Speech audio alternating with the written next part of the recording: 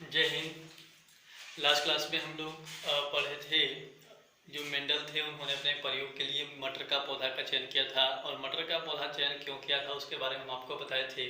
आज हम लोग को उसके आगे पढ़ना है और हेडिंग डालना है मेंडल के प्रयोगी पदार्थ। मेंडल जो थे वो अपने प्रयोग के लिए मटर के पौधा के 7 जोड़ा वैकल्पिक लक्षणों का चयन किए थे। अब वो कौन कौन से 7 जोड़ा वैकल्पिक लक्षण हैं उनके बारे में आज हम लोग को क्या करना है, पढ़ना है। ये जो 7 जोड़ा वैकल्पिक लक्षण हम आपको लिखवाएंगे, यही जो है वो आपके क्रॉस के लिए एक इम्पोर्टेंट पार्ट है। तो इसको आपको क्या करना है, रट जाना है किसमें से कौन प्रभावी है और कौन क्या है, अप्रभावी कैरेक्टर है, अप्रभावी गुण है। तो ही आगे आपको क्रॉस जो हम कराएंगे वो क्या होगा, समझ आएगा। तो यही गलना है मेंडल के प्रयोगी पदार्थ। मेंडल के प्रयोगी पदार्थ, और इसमें लिखना है मेंडल ने अपने प्रयोग के लिए मटर के 7 जोड़ा, ये इंपॉर्टेंट है, अंडरलाइन कर लेना, 7 जोड़ा वैकल्पिक लक्षणों का चयन किया था। उन्होंने मटर के कितने जोड़ा लक्षणों का चयन किया था, 7 जोड़ा। वो 7 जोड़ा कौन कौन है, तो 3 कॉलम बनाएंगे। एक तरफ लिखेंगे लक्षण, एक तरफ यहाँ लिखेंगे प्रभावी, ये प्रभावी लक्षण होता है कि दूसरा अप्रभावी, और तीसरा जो लिखना है कि ये जो लक्षण होता है उसका जो संबंधित जीन होता है वो कौन से क्रोमोसोम पर मौजूद होता है। तो यहाँ पर क्रोमोसोम लिख सकते हैं, क्रोमोसोम या जीन लिख सकते हैं, क्रोमोसोम ज़्यादा बेटर होगा। तो सबसे पहला जो लक्षण लिया था उन्होंने पौधा का लंबाई लिया था, पौधा का लंबाई। और अगर पौधा के लंबाई गुण में देखें तो जो प्रभावी गुण होता है, तो अगर पौधा लंबा है तो लंबा जो होगा वो कैसा उसका गुण होगा, प्रभावी गुण होगा। और अगर पौधा बौना है, उसका हाइट कम है, तो उसको हम लोग कैसा गुण कहेंगे, अप्रभावी गुण कहेंगे। जीन हम लोग क्रोमोसोम एक साथ देखेंगे, ठीक है, ऐसे लिख सकते हैं। ये क्रोमोसोम संख्या 4 पर इसका जो संबंधित जीन होता है वो मौजूद होता है। दूसरा जो कैरेक्टर था वो था फूल का रंग, और फूल का जो रंग अगर बैगनी कलर का फूल है तो उसका जो वो कैसा गुण होगा, प्रभावी गुण होगा। अगर फूल का रंग सफ़ेद है तो वो उसका रंग वो कैसा गुण होगा, अप्रभावी गुण होगा। और ये क्रोमोसोम संख्या 1 पर मौजूद होता है। इसी प्रकार से हम लोग देख सकते हैं थर्ड, फूल का पोजीशन या स्थान कि फूल जो है वो कहाँ पर मौजूद है। तो ये 2 प्रकार के होते हैं, एक होता है अक्षीय और एक होता है शीर्षस्थ। अगर फूल जो है, जैसे मान लीजिए पौधा है, तो फूल जो है वो यहाँ पर मौजूद है, इस प्रकार से फूल निकला हुआ है, और मुख्य अक्ष जो है वो आगे की ओर फ्री है, बढ़ने के लिए स्वतंत्र है। तो इसको हम लोग क्या बोलेंगे, अक्षीय फूल कहेंगे। लेकिन अगर किसी पौधा में जो फूल है वो मुख्य अक्ष पर शीर्ष भाग में ही मौजूद है, तो ये अक्ष का वृद्धि नहीं हो सकता है। इसमें जो था वो मुख्य अक्ष पर, शीर्ष पर मौजूद नहीं था, तो मुख्य अक्ष जो है वो बढ़ते जा रहा था, तो इसको हम लोग फूल को बोलेंगे अक्षीय। और ये जो होता है वो प्रभावी गुण होता है। लेकिन इस फूल में देखिए तो जो फूल है वो शीर्ष पर ही मौजूद है, इसलिए अब इस अक्ष का वृद्धि आगे नहीं होगा, तो इसको हम लोग क्या बोलेंगे, शीर्षस्थ। तो अगर जो फूल का पोजीशन अक्षीय होगा तो वो प्रभावी गुण होगा, और अगर शीर्षस्थ होगा तो वो कैसा होता है, अप्रभावी होता है। और ये इसका भी जो जीन होता है वो क्रोमोसोम संख्या 4 पर मौजूद होता है। नेक्स्ट देख सकते हैं जो फल होता है, ठीक है ना, फल का आकार,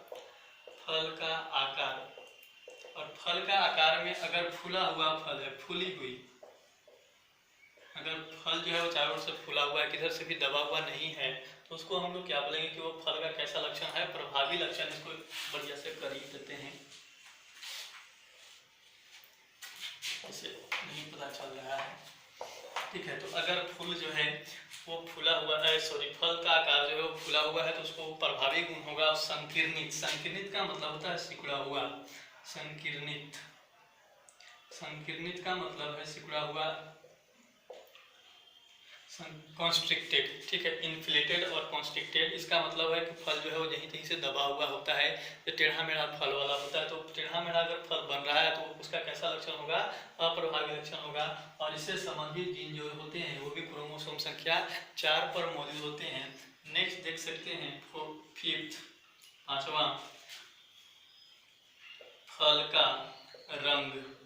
और फल का रंग जो होता है, अगर फल जो है वो हरा रंग का है तो उसका प्रभावी गुण होगा। और अगर फल का जो रंग है वो पीला है तो उसका कौन सा लक्षण होगा? अप्रभावी लक्षण होगा। और इसका जो गुण होता है, ये क्रोमोसोम संख्या 5 पर इसका जीन मौजूद होता है। नेक्स्ट देख सकते हैं छठा कैरेक्टर, बीज का आकार। बीज का आकार, अगर बीज गोल है तो वो उसका प्रभावी लक्षण है। पूरी तरह से गोल बीज, उसका कौन सा लक्षण होगा? प्रभावी लक्षण होगा। अगर बीज जो है वो झुर्रीदार है तो वो उसका अप्रभावी लक्षण होगा। और इससे संबंधित जीन जो होते हैं वो क्रोमोसोम संख्या 7 पर मौजूद होते हैं। नेक्स्ट देख सकते हैं बीज का रंग। बीज का रंग, और बीज का रंग, अगर बीज जो है वो पीला रंग का है तो उसका प्रभावी गुण होगा। और अगर वो हरा रंग के बीज है तो उसका वो कौन सा गुण होगा? अप्रभावी गुण होगा। और इसका जो जीन होता है वो क्रोमोसोम संख्या 1 पर मौजूद होता है। तो ये इस प्रकार से 7 अलग अलग लक्षण है और 7 अलग अलग लक्षण के अलग अलग वैकल्पिक प्रकार हैं। तो इनमें से आपको याद रखना है कि कोई भी लक्षण जो यहाँ पर दिया हुआ है उसका कौन सा प्रभावी लक्षण होगा और कौन सा अप्रभावी लक्षण। जैसे मानता है कि आगे क्वेश्चन करने में आसानी होगा, कहेगा कि एक बैंगनी फूल वाले पौधे का क्रॉस सफेद फूल वाले पौधों से कराया जाता है। तो बैंगनी का आपको याद होना चाहिए कि अगर बैंगनी फूल है तो इसका मतलब बैंगनी कैसा लक्षण है? प्रभावी लक्षण। इसलिए इसके लिए हम लोग प्रभावी जीन लेंगे। और सफेद के लिए कैसा जीन लेंगे? तो ये आपको लक्षण मालूम रहेगा तो ही आगे आप क्रॉस कराने में क्या होगा? वो आसान होगा। अब यहाँ से एक चीज आप देखें तो यहाँ पर देखिए 4 प्रकार के क्रोमोसोम है। एक क्रोमोसोम संख्या 4 वाला है, एक है 1, एक है 5 और एक है 7। तो इस प्रकार से 4 अलग अलग, तो ये जो 7 लक्षण है, 7 अलग अलग जो लक्षण है उनके जो संबंधित जीन होते हैं वो कितने प्रकार के क्रोमोसोम पर मौजूद होते हैं? 4 प्रकार पर। क्रोमोसोम संख्या 4 पर मौजूद है, क्रोमोसोम संख्या 5 पर मौजूद है, क्रोमोसोम संख्या 7 पर मौजूद है, क्रोमोसोम संख्या 1 पर। और ये बात एक साइंटिस्ट बताए थे जिनका नाम था एस ब्लिस्ट। तो पहले आप इसको नोट करिए, उसके बारे में आगे लिखते हैं। तो एक साइंटिस्ट थे जिनका नाम था एस ब्लिस्ट, और इन्होंने क्या बताया कि मेंडल जो 7 जोड़ा वैकल्पिक लक्षण चयन किए थे उनसे संबंधित जो जीन होते हैं वो कितने क्रोमोसोम पर मौजूद होते हैं? वो 4 क्रोमोसोम पर मौजूद होते हैं। इसमें लिख सकते हैं नोट करके, एस ब्लिस्ट ने बताया कि 7 जोड़ा वैकल्पिक लक्षणों से संबंधित जीन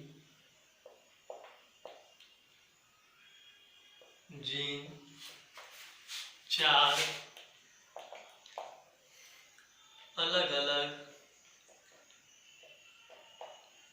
क्रोमोसोम पर मौजूद होते हैं। और ये कौन कौन से क्रोमोसोम थे? क्रोमोसोम 1 था, क्रोमोसोम 4, क्रोमोसोम 5 और क्रोमोसोम संख्या 7। ये आपको ऐसे नोट कर लेना है। इसके बाद एक और चीज़ देखना है। हम लोग देखते हैं कि कुछ पौधा, जो मटर का पौधा, उसमें बीज होता है वो पूरी तरह से गोल होता है, और कुछ पौधा ऐसा होता है जिसमें बीज जो होता है वो चपटा होता है। कहने का मतलब पूरी तरह से गोल नहीं होता है, जगह जगह से दबा हुआ होता है। तो ये बीज बनने का क्रिया कैसे होता है उसको समझिए। बीज जो होते हैं इसको बनाने के लिए 2 प्रकार के एलील होते हैं। एक होता है डोमिनेंट प्रभावी एलील और एक होता है अप्रभावी। जो प्रभावी एलील होता है ये क्या करता है? स्टार्च ब्रांचिंग एंजाइम, SBE, इसको बोलते हैं स्टार्च ब्रांचिंग एंजाइम का निर्माण करता है। और जो अप्रभावी जीन होता है ये भी स्टार्च ब्रांचिंग एंजाइम का ही निर्माण करता है, अप्रभावी। तो ये SBE को इधर नहीं लिख रहे हैं हम, ये भी SBE का निर्माण करता है। अब ये SBE जो है ये क्या करता है? स्टार्च का निर्माण करेगा तो स्टार्च का मात्रा जो होता है वो कोशिका में बढ़ेगा और स्टार्च के मात्रा बढ़ेगा। स्टार्च जो होता है वो सिंपल शुगर को आपस में जोड़ने से बनता है, ठीक है ना। ग्लूकोज के जब कई ग्लूकोज अणु आपस में जुड़ जाते हैं तो उनसे स्टार्च का निर्माण होता है। जब स्टार्च को बनाया जा रहा है या स्टार्च ब्रांचिंग एंजाइम जो स्टार्च को बनाता है तो उससे क्या होता है, जो शर्करा का मात्रा होता है उस शर्करा का मात्रा क्या होगा, कम हो जाएगा। और जब शर्करा का मात्रा कम होता है तो जो परासरण दाब होता है कोशिका का, वो परासरण दाब क्या हो जाता है, कांस्टेंट हो जाता है, नियत हो जाता है। और जैसे ही परासरण दाब नियत होता है, जो मटर का बीज का जो सीड का साइज होता है वो एक जैसा आपको ऐसा बीज दिखाएगा, इसमें जो सीड का शेप और साइज है वो कैसा है, एक जैसा है। लेकिन जो अगर बीज के अंदर अप्रभावी जीन स्टार्च ब्रांचिंग एंजाइम के मौजूद हैं तो वो क्या करते हैं, स्टार्च को बनाने के बजाय स्टार्च की मात्रा स्टार्च को तोड़ने लगते हैं। और जब स्टार्च को तोड़ेंगे तो स्टार्च का मात्रा क्या होगा, घटेगा। और स्टार्च की मात्रा घटेगा तो किसकी मात्रा बढ़ेगी, शर्करा, जो शर्करा होता है, ग्लूकोज होता है, शुगर होता है, उसका मात्रा बढ़ता है। और जब शर्करा का मात्रा बढ़ता है तो जो परासरण दाब होगा वो क्या होगा, नियत नहीं रहेगा, ये परिवर्तित हो जाएगा। परासरण दाब जो है वो परिवर्तित होते रहेगा और उस स्थिति में जो बीज होंगे वो कुछ छोटे बीज बनेंगे, कुछ बड़े बीज बनेंगे। तो ये ऐसे ही आपको क्या कर लेना है, याद कर लेना है, इसको नोट कर लेना है। बीज जो होते हैं उसका निर्माण जो कैसे जो बीज होते हैं वो गोलाकार और या चपटा बनते हैं। तो बीज को नियंत्रित करता है दो प्रकार के जीन, एक तो प्रभावी जीन होता है, एक अप्रभावी जीन। प्रभावी जीन जो होता है स्टार्च ब्रांचिंग एंजाइम का निर्माण करता है, अप्रभावी जीन भी स्टार्च ब्रांचिंग एंजाइम का निर्माण करते हैं। ये एंजाइम क्या करते हैं, स्टार्च का निर्माण करता है। स्टार्च का निर्माण जब होता है तो कोशिका में शर्करा का मात्रा कम होता है और शर्करा की मात्रा कम होने से परासरण दाब नियत हो जाता है, जिससे बीज जो होते हैं वो एक आकार के होते हैं, एक जैसे होते हैं। दूसरा चीज अप्रभावी एलील जो होता है वो स्टार्च ब्रांचिंग एंजाइम के द्वारा स्टार्च का भी खंडन करता है। स्टार्च का निर्माण कम होता है या कम मात्रा में स्टार्च का ये निर्माण करेगा तो शर्करा का मात्रा क्या होगा, बढ़ेगा। और शर्करा का मात्रा बढ़ने से प्रसारण दाब जो होता है वो बदलते रहता है और इस कारण से उसके अंदर जो बीज का आकार होता है वो छोटा बड़ा होता है। तो इसको भी आप क्या कर लीजिए, ऐसे ही नोट कर लीजिए। इसके बाद हम लोग आगे देखते हैं। नेक्स्ट जो टॉपिक है वो है आपको मेंडल के सफलता के कारण। मेंडल के सफलता के कारण मेंडल का जो प्रयोग है उतना प्रचलित हुआ, बाद में ये सफल हुआ। ऐसा क्यों हुआ, तो क्योंकि पहला जो कारण है वो है कि उन्होंने मटर अपने प्रयोग के लिए किसका चयन किया था, मटर के पौधे का चयन किया था। इसमें लिख सकते हैं पहला पॉइंट कि मटर के पौधा का चयन, उन्होंने अपने प्रयोग के लिए मटर के पौधा का चयन किया था, इसलिए इनका सफलता का ये पहला कारण है। दूसरा, उन्होंने अपने प्रयोग में गणित एवं सांख्यिकी का क्या किया था, प्रयोग किया था। गणित एवं सांख्यिकी का प्रयोग। तीसरा जो उनका सफलता का कारण था वो क्या था, एक बार में एक लक्षण के वंशागति का उन्होंने क्या किया था, अध्ययन किया था। तो लिख सकते हैं एक बार में एक लक्षण के वंशागति का अध्ययन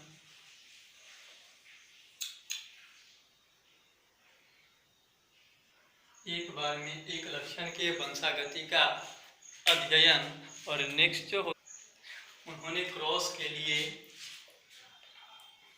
संकरण के लिए शुद्ध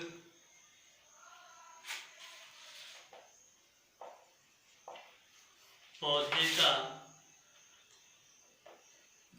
का चयन, उन्होंने जो क्रॉस कराया था उसके लिए कैसा पौधा चयन किया था, शुद्ध। शुद्ध का मतलब होता है इसमें जीन जो होते हैं, एलील जो होते हैं वो कौन सी अवस्था में होते हैं, समयुग्मजी अवस्था में। समयुग्मजी अवस्था में ऐसे पौधे जिनमें एलील जो होंगे वो समयुग्मजी अवस्था में होंगे। समयुग्मजी का मतलब होता है कैपिटल टी या स्मॉल टी। इस प्रकार के एक ही प्रकार के अगर एलील मौजूद हैं तो ऐसे पौधों को हम लोग क्या बोलते हैं, शुद्ध पौधा बोलते हैं। तो इसको भी आप क्या कर लीजिए, नोट कर लीजिए। इसके बाद आप यहाँ पर जो है वो आपको बेसिक जो जेनेटिक्स समझने के जो चीज़ें हैं वो आपको यहाँ पर कंप्लीट होता है। इसके बाद हम लोग को पहला क्रॉस पढ़ना है मेंडल का, और वह है मोनोहाइब्रिड क्रॉस। तो इसको भी आप नोट कर लीजिए। इसके बाद हेडिंग डालिएगा मोनोहाइब्रिड क्रॉस एक संकर संकरण। तो यहाँ पर आएगा पहला हेडिंग एक संकर संकरण, या इसी को हम लोग बोल रहे हैं mono hybrid cross. Mono hybrid cross क्या होता है, एक संकर संकरण क्या होता है? जब एक बार में एक लक्षण के वंशागति का अध्ययन करते हैं हम लोग, तो उस क्रॉस को हम लोग क्या बोलेंगे? एक संकर संकरण बोलेंगे। ध्यान रखना कितना लक्षण है? एक लक्षण है, और अगर सिर्फ और सिर्फ एक लक्षण के वंशागति का, कि वो लक्षण एक पीढ़ी से दूसरे पीढ़ी में कैसे जाता है, इसका अध्ययन करेंगे तो उसको हम लोग बोलेंगे एक संकर संकरण। जब एक बार में दो लक्षण के वंशागति का अध्ययन करेंगे तो उसको हम लोग बोलेंगे द्विसंकर संकरण, जो इसके बाद पढ़ेंगे। और एक बार में तीन लक्षण के वंशागति का अध्ययन करेंगे तो उसको हम लोग क्या बोलेंगे? त्रिसंकरण संकरण बोलेंगे। तो ये सिंपल सा डेफिनेशन है कि जब एक बार में एक लक्षण के वंशागति का अध्ययन किया जाता है तो उसको हम लोग क्या बोलते हैं? एक संकर संकरण बोलते हैं। इसमें लिख सकते हैं, जब एक बार में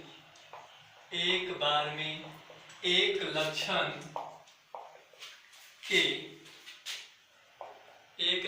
के वंशागति का अध्ययन किया जाता है तो उसे एक संकर संकरण कहते हैं। एक संकर संकरण कहते हैं। सिंपल सा डेफिनेशन है, ये हम लोग 10th में भी पढ़े हैं कि जब एक बार में एक लक्षण के वंशागति का अध्ययन करेंगे तो उसको हम लोग एक संकर संकरण कहेंगे। और मेंडल ने एक संकर संकरण के लिए शुद्ध लंबा और शुद्ध बौना पौधा का क्या किया था? चयन किया था। प्योर टॉल और प्योर ड्वार्फ प्लांट का चयन किया था। इसमें लिख सकते हैं, मेंडल ने पहले चयन करके, मेंडल ने अपने प्रयोग के लिए, या मेंडल ने एक संकर संकरण के लिए, एक संकर संकरण के लिए शुद्ध, एक संकर संकरण के लिए शुद्ध लंबा, शुद्ध का मतलब अभी बता रहे हैं, सम जीन जो होंगे, एलील जो होंगे, वो कौन सी अवस्था में होंगे? समयुग्मज अवस्था में होंगे। शुद्ध लंबा एवं शुद्ध बौना पौधा का, शुद्ध लंबा एवं शुद्ध बौना पौधा का चयन किया था। शुद्ध लंबा एवं शुद्ध बौना पौधा का चयन किया था। तो ये डेफिनेशन लिख लो, बोर्ड छोटा है, इसके बाद हम आपको क्रॉस दिखाते हैं। तो डेफिनेशन लिख लीजिए, उसके बाद हम लोग क्रॉस करके देखते हैं। तो मेंडल जो है वो अपने प्रयोग के लिए एक पौधा का जो लक्षण लिए थे वो क्या था? पौधा का लंबाई। और ये जो पौधा का लंबाई है, ये इस लक्षण के बारे में, इसी लक्षण के द्वारा उन्होंने एक संकर संकरण समझाया था। पौधा का लंबाई उन्होंने आपको बताया कि दो प्रकार के वैकल्पिक लक्षण होते हैं। एक होता है आपका लंबा, इन्होंने शुद्ध लंबा पौधा का चयन किया था, शुद्ध लंबा पौधा। और दूसरा जो था वो कैसा था? शुद्ध बौना पौधा। अब देखिए यहाँ पर लक्षण कौन है? पौधा का लंबाई है, और इसके दो अलग अलग गुण हैं, एक है लंबा और एक है कैसा? बौना। तो लंबा जो होता है ये कैसा गुण होता है? प्रभावी गुण होता है। और जो बौना होता है ये कैसा गुण होता है? अप्रभावी गुण होता है। ठीक है, अभी हम लोग देखे थे 7 विपरीत लक्षणों में से। तो लंबा जो प्रभावी गुण है, इसके लिए हम लोग क्या करेंगे? कैपिटल टी एलील जीन रखेंगे। कैपिटल टी इसलिए भी कि कैपिटल टी जो होता है वो प्रभावी जीन होता है। और दूसरा यहाँ पर शुद्ध लिखा हुआ है, तो शुद्ध का मतलब होता है कि एलील को कौन सी अवस्था में लेना है? समयुग्मजीय अवस्था में, होमोजाइगस कंडीशन में। यहाँ पर शुद्ध लंबा का मतलब कैपिटल टी, और बौना जो होता है वो अप्रभावी प्रभावी एलील जो होता है स्मॉल टी से डिनोट किया जाता है। तो यहाँ पर ये भी शुद्ध है, तो इसके लिए भी हम लोग क्या लेंगे? स्मॉल टी और स्मॉल टी लेंगे। अब आगे हम लोग इसको देखते हैं क्रॉस करा करके। तो उन्होंने इसको बीच पे क्रॉस कराया था, तो क्रॉस कराने के लिए तरफ लंबा पौधा रखा था, लंबा पौधा। और लंबा पौधा का क्रॉस किससे कराया था? बौना से। बौना, इसको भी लिख सकते हैं प्योर शुद्ध लंबा या शुद्ध बौना। तो शुद्ध लंबा का यहाँ से जीन एलील हम लोग ले लेते हैं। यहाँ से जो एलील होगा शुद्ध लंबा का वो क्या होगा? कैपिटल टी हो जाएगा। और शुद्ध बौना का जो एलील होगा वो क्या होगा? Small T. अब जब ये देखिए दोनों एक ही तरह का है, है। तो इनमें से आसान करने के लिए जब भी गैमेट बनेगा, जब भी युग्मक बनेगा, तो इनमें इधर से कौन जाएगा, हमेशा कैपिटल टी, क्योंकि कैपिटल टी ही है, और इधर से कौन आएगा, हमेशा स्मॉल टी। तो इसको आसान करने के लिए कैपिटल टी को हम लोग नीचे अलग लिख लेते हैं और इसमें से एक स्मॉल टी को क्या कर लेते हैं, अलग लिख लेते हैं।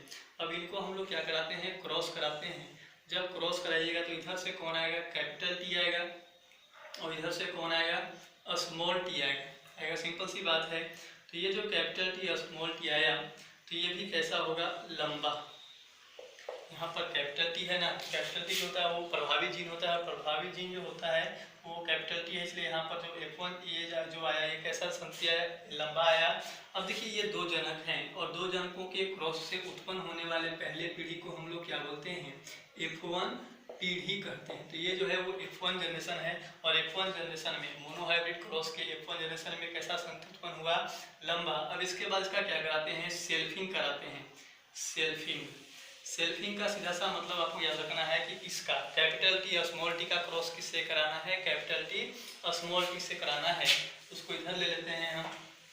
तो यहाँ पर सेल्फिंग कराने के लिए कैपिटल टी स्मॉल टी का क्रॉस कराना है कैपिटल टी स्मॉल टी से, इसके नीचे से जोड़ना है इसको। तो अब देखिए यहाँ पर एक जैसा था तो एक एक लिख लिए थे, लेकिन यहाँ पर ऐसा नहीं है, यहाँ पर दोनों अलग अलग हैं। तो बारी बारी से कैसे क्रॉस कराएंगे उसको समझना है। तो पहले कैपिटल टी से शुरू करते हैं। तो ये है कैपिटल टी, और ये कैपिटल टी किससे क्रॉस करेगा, इधर के कैपिटल टी से क्रॉस करेगा। तो ये जब कैपिटल टी, तो यहाँ पर जो कॉम्बिनेशन बनेगा वो क्या बनेगा, कैपिटल टी और कैपिटल टी बनेगा। अब यही कैपिटल टी है उसको किससे कराएंगे, स्मॉल टी से। तो यहाँ पर जो कॉम्बिनेशन बनेगा वो क्या बनेगा, capital T small T, capital T small T. ये कैपिटल वाले से दोनों को करा दिए। अब इस स्मॉल वाले से कराएंगे। तो इस स्मॉल वाले से कराइएगा तो यहाँ पर जो कॉम्बिनेशन बनेगा वो क्या बनेगा, कैपिटल टी स्मॉल टी बनेगा, या स्मॉल टी कैपिटल टी भी लिख सकते हैं। और ये उससे कराएंगे तो यहाँ पर क्या बनेगा, स्मॉल टी और स्मॉल टी। तो ये देखिए दो जनकों के क्रॉस उत्पन्न होने वाले पहली पीढ़ी को हम लोग क्या बोले थे, F1 पीढ़ी, और ये जो है वो F1 पीढ़ी है। और F1 पीढ़ी के बीच में जब क्रॉस कराए ये कौन सा पीढ़ी उत्पन्न हुआ, तो इसको हम लोग बोलेंगे F2 पीढ़ी, इसको F2 पीढ़ी बोलेंगे। अब F2 पीढ़ी में देखें तो ये कैपिटल टी है, और ये कैपिटल टी स्मॉल टी है, और ये स्मॉल टी, टोटल 4 संतति उत्पन्न हुए हैं। 4 संतति में से ये जो है ये क्या होगा, कैपिटल टी, तो ये लंबा होगा। ये दोनों जो होंगे ये भी कैसे होंगे, देखिए कैपिटल टी स्मॉल टी वाले भी कैसे होते हैं, लंबा होते हैं। तो ये भी कैसा होगा, लंबा। और ये कैसा होगा, स्मॉल टी वाला, तो ये बौना होता है, बौना होता है। अब यहाँ पर एक चीज़ और देखना है, ये समयुग्मजीय अवस्था में है कि विषमयुग्मजीय अवस्था में, तो ये समयुग्मजीय अवस्था में, तो इसको लिख सकते हैं समयुग्मजीय लंबा। ये विषमयुग्मजीय अवस्था में है तो इसको लिख सकते हैं विषमयुग्मजीय लंबा। और ये बौना है तो ये कौन सी अवस्था में है, समयुग्मजीय अवस्था में, तो इसको लिख सकते हैं समयुग्मजीय बौना। अब यहाँ से आपको लिखना होता है लक्षण प्रारूप के अनुपात और जीन प्रारूप के अनुपात। तो यहाँ पर इधर लिख रहे हैं हम उसको लक्षण प्रारूप के अनुपात। लक्षण प्रारूप का अनुपात यहाँ से आएगा। तो लक्षण प्रारूप का अनुपात हम लोग लिखते हैं लंबा, कितना लंबा है और कितना बौना है। तो अगर 4 संतति है, 4 संतति में से अगर आप लंबा वाला देखें तो एक लंबा ये है और 2 लंबा, टोटल 4 में से क्या गो लंबा है, 3 गो लंबा है और एक गो कैसा है, बौना है। तो यहाँ पर लंबा 3 गो और बौना जो है वो 1 गो है। तो एक संकरण का जो लक्षण प्रारूप का अनुपात आया वो कितना आया, 3:1, 3:1। और उसी प्रकार से नेक्स्ट हम लोग देख सकते हैं जीन प्रारूप के अनुपात, जीन प्रारूप के अनुपात, जीन प्रारूप के अनुपात। और जीन प्रारूप के अनुपात निकालने के लिए हम लोग समयुग्मजीय लंबा, विषमयुग्मजीय लंबा और समयुग्मजीय बौना देखेंगे। तो यहाँ पर पहले लिख देते हैं हम जीन प्रारूप के अनुपात के नीचे लिखिएगा कि समयुग्मजीय लंबा कैगो है, विषमयुग्मजीय लंबा कैगो है और समयुग्मजीय बौना कैगो है। तो यहाँ पर देखिए तो समयुग्मजीय लंबा एक ही तरह के जीन वाले लंबा कैगो है, तो ये को है कैपिटल टी, तो ये समयुग्मजीय है और ये कैसा है, लंबा है। तो समयुग्मजीय लंबा ये कैसे है, एक कितना संख्या है इनका, 1। ये capital T small T capital T ये लंबा है, लेकिन ये समयुग्मजीय अवस्था में नहीं है। ये कैपिटल है का स्मॉल टी, ये कौन सी अवस्था में है, विषमयुग्मजीय। तो विषमयुग्मजीय लंबा का संख्या कितना हो गया, यहाँ से 2 हो गया। और ये जो है वो समयुग्मजी है, लेकिन ये बौना है, ठीक है। तो इसको समयुग्मजी बौना का संख्या कितना हो गया 1। तो यहाँ पर जो जीन प्रारूप का अनुपात आया वो कितना आया 1:2:1। ये है मेंडल का एक संकर संकरण क्रॉस। तो इसको कोशिश करिएगा समझने के लिए, 10th में भी पढ़े हैं, ठीक है। फिर से रिपीट करना, अगर आपको समझ में नहीं आया होगा तो इसी वीडियो को दोबारा देख लीजिएगा, ठीक है। इसको नोट करिए, इसके नीचे इसको कंटिन्यू करिएगा और इसके नीचे इसको लिखिएगा। अब अभी जो हम लोग एक संकर संकरण पढ़े हैं उसी को एक वैज्ञानिक थे जिनका नाम था आरसी पुन्नेट, और उन्होंने उसी क्रॉस को, मेंडल के जो क्रॉस था एक संकर संकरण, उसको चकरबोर्ड विधि से तैयार किया था। तो नेक्स्ट लिंक डालना है चकरबोर्ड विधि। चकरबोर्ड विधि, चकरबोर्ड विधि का मतलब होता है स्क्वायर मेथड, और इसको बताने का जो काम किया था वो साइंटिस्ट का नाम है आरसी पुन्नेट। आरसी पुन्नेट ने चकरबोर्ड विधि से एक संकर संकरण को बताया था। अब देखिए टोटल संगति कै गो बन रहा है, F2 जनरेशन में 4 गो बन रहा है। तो आपको कै गो बॉक्स बनाना पड़ेगा, 4 बॉक्स बनाना पड़ेगा। इस प्रकार से 4 बॉक्स बनाते हैं हम, 4 बॉक्स।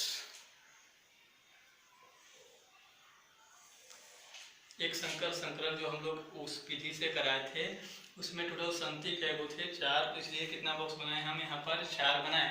अब क्रॉस किनके बीच कराया था तो 4 आया था। कैपिटल टी F1 जनरेशन में देखिएगा सेल्फिंग के बाद, तो कैपिटल टी स्मॉल टी का cross capital T small T से कराए थे तो 4 संगति आया था।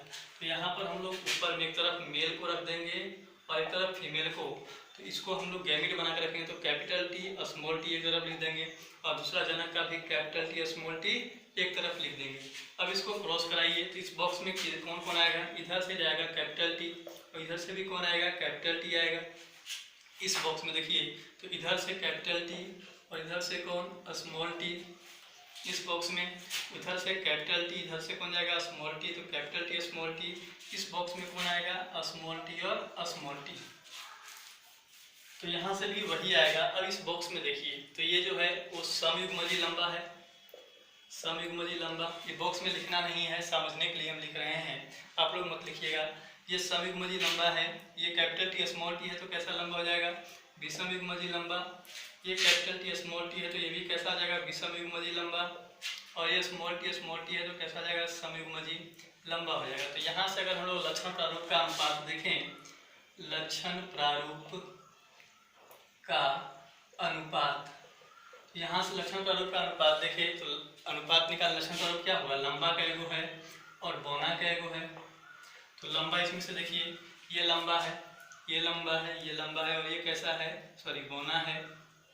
तो लंबा टोटल 4 गो में से कै गो हुए 3, तो लंबा के सामने 3 लिख देंगे और बौना कै गो है 1 गो, तो इसके सामने 1। लक्षण प्रारूप का अनुपात यहाँ से भी कितना आ रहा है 3:1। उसी प्रकार से हम लोग देखते हैं जीन प्रारूप के अनुपात, प्रारूप के अनुपात, और जीन प्रारूप के अनुपात हम लोग समयुग्मजी और विषमयुग्मजी के आधार पर देखते हैं। उसको पहले लिख देते हैं हम आपको, समयुग्मजी लंबा, विषमयुग्मजी लंबा और समयुग्मजी बौना। तो समयुग्मजी लंबा इसमें से खोजिए। एक ही प्रकार के जीन वाला लंबा कौन है, ये है कैपिटल टी है और ये कैसा है लंबा, तो ये समयुग्मजी लंबा वाला है। तो समयुग्मजी लंबा वाला क्या है, 1। ये कैपिटल टी स्मॉल टी तो ये विषमयुग्मजी, कैपिटल टी स्मॉल टी तो ये विषमयुग्मजी, तो ये विषमयुग्मजी लंबा वाले हैं।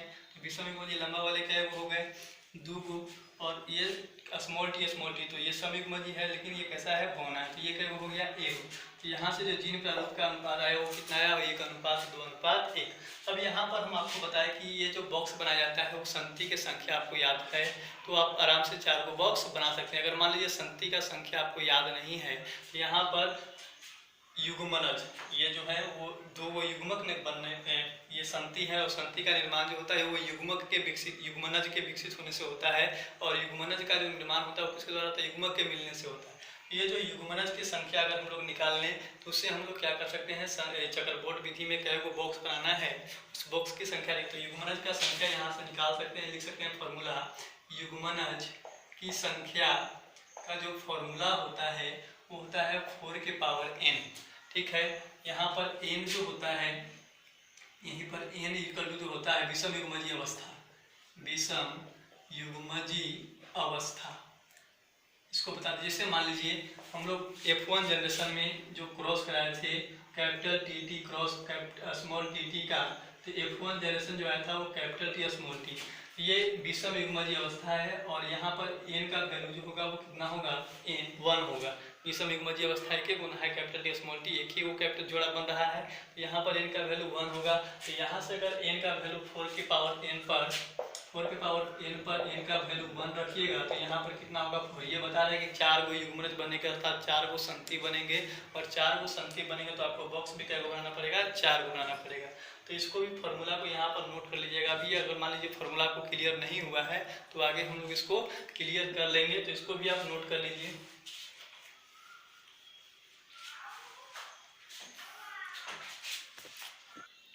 इसके बाद तीसरा एक और विधि होता है, ये एग्जाम के लिए नहीं है, ठीक है, ये ऐसे याद रखने के लिए है, और वो होता है गणितीय विधि। अब गणितीय विधि में आपको a प्लस बी के होल स्क्वायर आपको मालूम होता है।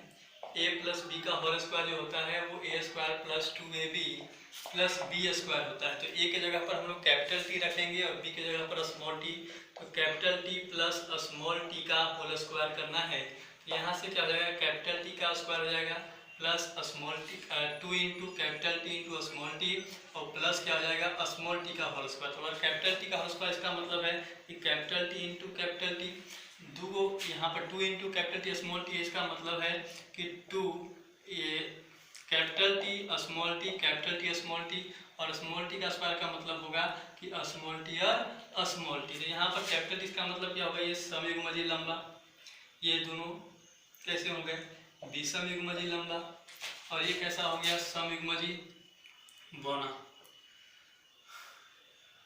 तो यहाँ से भी लक्षण प्रारूप का अनुपात निकाल सकते हैं।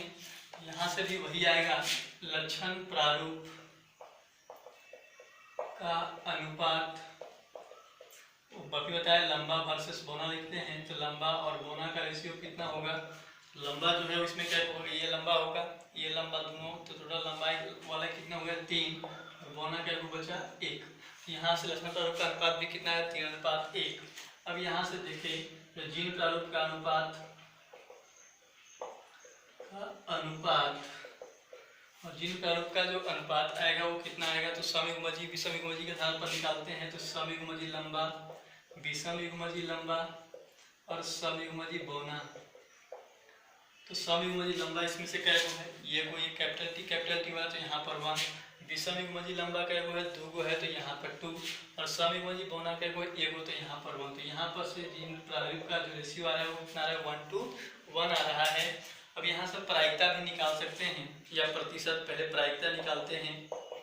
प्रायिकता तो समयुग्मजीय लंबा टोटल 4 गो संति है, और 4 गो संति में से एक संति ऐसा है जो समयुग्मजीय लंबा है जिसका प्रायिकता कितना हो जाएगा 1/4। विषमयुग्मजीय लंबा वाले के देखें टोटल 4 संति में से 2 ऐसे संति हैं जो विषमयुग्मजीय लंबा है, इनका प्रायिकता हो जाएगा 2/4। और जो समयुग्मजीय बौना है जो टोटल 4 में से कै गो है, तो ये गो जिसका प्रायिकता क्या हो जाएगा 1/4। अगर प्रतिशत की बात करें, प्रतिशत इसका प्रतिशत क्या हो जाएगा 1/4 इंटू 100 कर देंगे तो 25% हो जाएगा ये। अगर इसको देखें तो ये कितना जा रहा है 50% हो जा रहा है, और ये कितना हो जाएगा ये भी 25% हो जाएगा। तो ये इस प्रकार से आप प्रायिकता भी निकाल सकते हैं, कोई भी प्रतिशत भी निकाल सकते हैं। ये था आपका मैथमेटिकल मेथड। इसके बाद एक संकर संकलन के आधार पर जो नियम दिए हुए हैं उसके बारे में हम लोग अगले क्लास में पढ़ेंगे। तब तक के लिए धन्यवाद। इसको बढ़िया से ध्यान से समझने का कोशिश करना इम्पोर्टेंट है आगे अगले क्लास में।